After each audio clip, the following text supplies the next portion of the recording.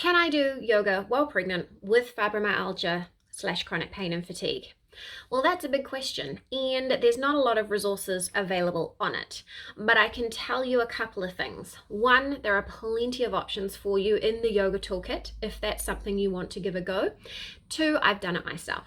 I am a yoga teacher and I have had fibromyalgia for a very long time, over 15 years, and I am in my fourth pregnancy. I haven't been able to do too much yoga this pregnancy because I've had severe pelvis issues, but I have still maintained a practice, and I'd love to be able to share a little bit of that with you, if only just so that you have this as an option in your toolkit, because yoga is a really useful addition to my toolkit. It helps me manage as naturally as possible so that I'm putting the least load on my body possible. So the general rule with practicing yoga in pregnancy is that you can continue to practice as you were before you got pregnant if you feel comfortable.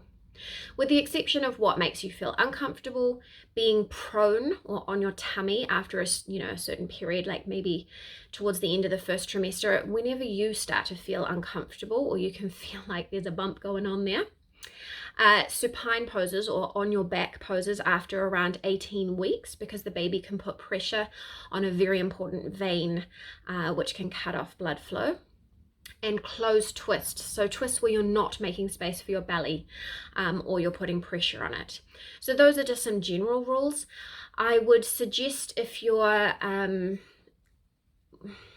also have fibromyalgia, you need to add a few extra guidelines. One is that I would watch your pain and energy levels, and I would probably advise almost everyone to take it back a couple of steps, no matter how they usually practice.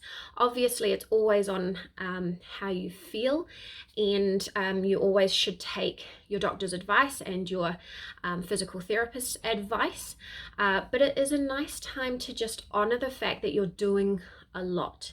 And when you have chronic pain and fatigue, your body is already doing a lot. So there's a lot going on. So I would focus on the more gentle, restorative, supportive practices, and using those stretches that are available in a way that are going to help you. For example, cat and cow pose is a really great tool. I start using it, well, I use it all the time, but I start using it early in pregnancy so that my tummy and my body are used to being on all fours, so that as my tummy grows, all of the muscles are strengthening with me, so that by the third trimester, I'm not putting a tremendous amount of strain when I go on all fours and use that time to kind of gain some relief in my back. Now, again, I said that you need to check with your medical practitioner that you're cleared for exercise. Even if you're not cleared for exercise, there are yoga tools that you can use. So there are gentle one-off stretches you can do, like neck stretches and cat and cow pose, but you can also do gentle breathing practices. And you can do my favorite yoga tool of all time, Yoga Nidra guided meditation. That can be done lying down in your bed.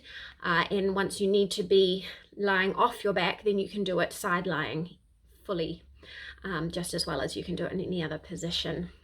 So I've got a few links which I'll put below of classes that I have that you can try if they resonate with you, if you want to give them a go. So the first thing would be breathing. Anybody can benefit from taking 5 minutes time out to focus on yourself, especially for deep breathing. So often when we're in a lot of pain, we breathe a bit shallow, and that can put quite a lot of tension into our upper body. So taking time to focus on good breathing can give us enormous benefits and help us to calm down if we are feeling a little bit overwhelmed with the pain or the fatigue or the nausea. There are several classes available, and they're all very gentle, and the only thing I would offer is to watch those guidelines. For example, keeping space for your belly. So if a twist feels like it's closing over your belly, then that's not one for you. And instead of lying flat on your back, like in final relaxation pose, try side lying Shavasana, so side lying relaxation pose.